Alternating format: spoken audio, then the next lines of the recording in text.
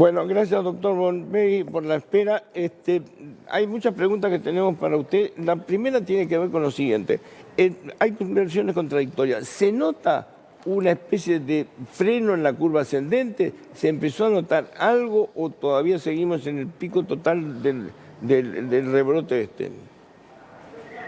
Hay una ligera desaceleración en la cantidad de casos que se van produciendo en este pico exponencial que tenemos. Por ahora es un dato que hay que mirarlo con mucho cuidado y no relajarse en absoluto, porque esto es algo inicial y hay que ver si esto se consolida y sobre todo si empieza a bajar. Eso es lo único que podemos decir por ahora. O sea que por ahora es una tendencia, digamos, a la desaceleración.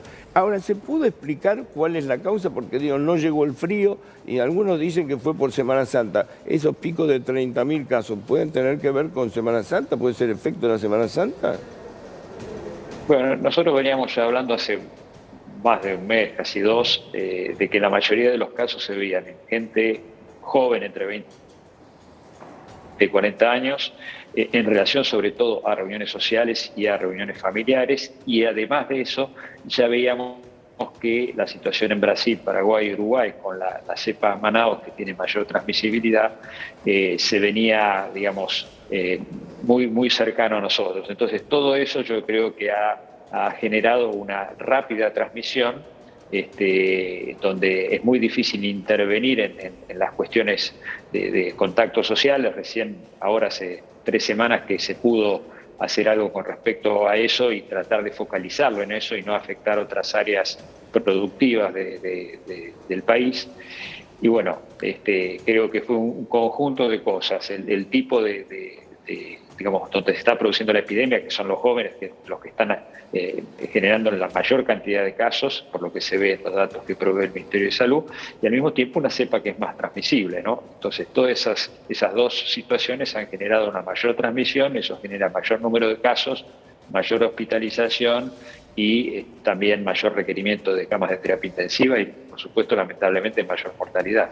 Ahora, dijo una cosa que me parece muy importante. Digamos, los casos se producen por contacto social. No, digo, usted no me incluye ni el transporte público, ni las clases presenciales, ni nada por el estilo. Usted está hablando concretamente que en la mayor cantidad de casos tienen que ver con la relación social de la gente, que no se respeta. Sí, por lo menos hace mes y medio, cuando empezó a verse este aumento de la curva, la mayoría de las veces que uno tomaba contacto con gente, que era un caso, la mayoría refería, y sí, el sábado estuve a la noche con una persona que al día siguiente empezó con síntomas, o gente que estuvo en una fiesta o en una reunión familiar. No digo que sean las únicas instancias de transmisión, pero era la mayoría. Pero obviamente que los lugares, cuando ya empieza a haber muchos casos, los lugares donde hay mucha gente, como es el transporte público, durante a veces horas, en un lugar con poca ventilación, siempre eso favorece la transmisión. Y además la restricción del transporte público en los horarios que se fijaron con estas restricciones actuales tienden a disminuir también el uso del transporte público para este tipo de actividades sociales, que hay que tratar de limitarlas hasta que empiece a bajar el número de casos, ¿no? Ahora, Pablo, vos estás en un centro de excelencia en salud. Digo, ¿cuál es la situación realmente que tienen ustedes en cuanto a la internación, en cuanto a las terapias intensivas? Porque hay voces, por un lado, muy apocalípticas y hay voces como más optimistas. En los números, cuando uno ve los números generales, dice, bueno, todavía hay resto en el sistema de salud, pero ¿hay resto o no hay ningún resto? Bueno, nosotros aquí en nuestra institución hemos tenido que ampliar en las áreas de cuidados críticos, las áreas de terapia intensiva, lo cual no es nada fácil de hacer y no todo el mundo lo puede hacer, por la necesidad de tener más pacientes que requieren asistencia respiratoria mecánica. También se han ampliado las áreas de internación general para pacientes con COVID, modificando también o reduciendo otras áreas de internación, y también hay muchísimo trabajo en la guardia. Así que estamos con muchísimo trabajo en todas las áreas, desde la guardia hasta el área de internación común y las áreas de también. Eso nos pasa a nosotros y también está pasando en muchos otros lugares del AMBA, ¿no? No solo en Cava. Doctor, dos cortitas. Por un lado, bajó la mortalidad en los adultos mayores según los informes, pero todavía se sigue registrando un número muy alto en cuanto a las víctimas fatales. En el día de ayer fue 540 personas. ¿A qué franja de edad en promedio pertenecen esta cifra? Y por otro lado, me parece importante resaltar porque la Organización Mundial de la Salud resaltó que finalmente el COVID se transmite por aire.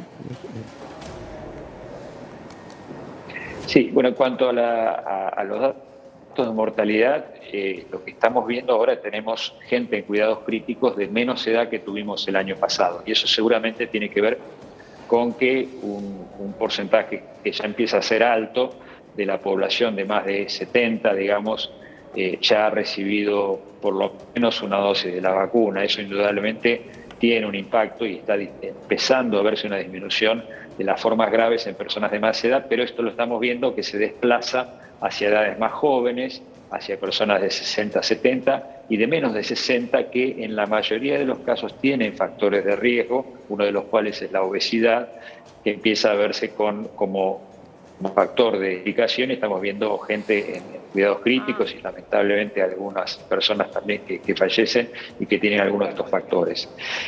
Con respecto a la transmisión por aire, bueno, es uno de los elementos que se ha ido a lo largo del tiempo reafirmando más.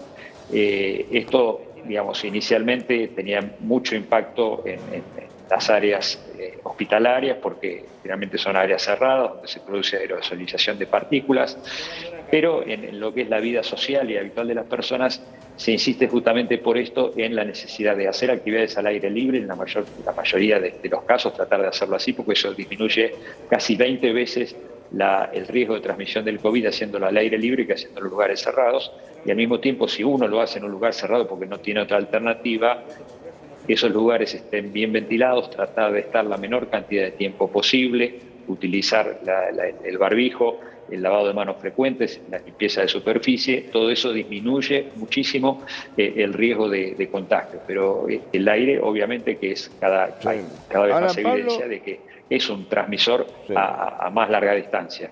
Sí. Pablo, te hago una última pregunta. Las medidas restrictivas que hubo en estos últimos días, ¿crees que tiene que ver con esa desaceleración o fue una cuestión autónoma?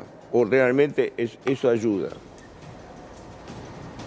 No, yo creo que es un todo. Seguramente han colaborado, indudablemente, porque estas medidas ya vienen desde hace por lo menos 3 semanas. Sí. Yo creo que han empezado a influir y también la gente toma más conciencia en la medida que hay mayor cantidad de casos. Sí. Todos los días, en las últimas semanas, se anunciaba el número de casos, el número de fallecidos.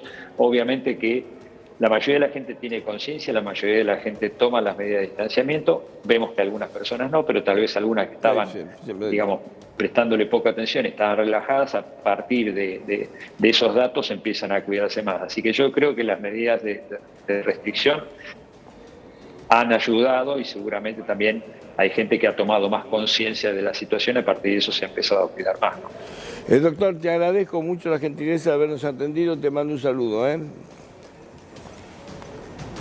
Ahí está el doctor Romero. Contrario, gracias a ustedes. Jefe de infectología del CEMIC.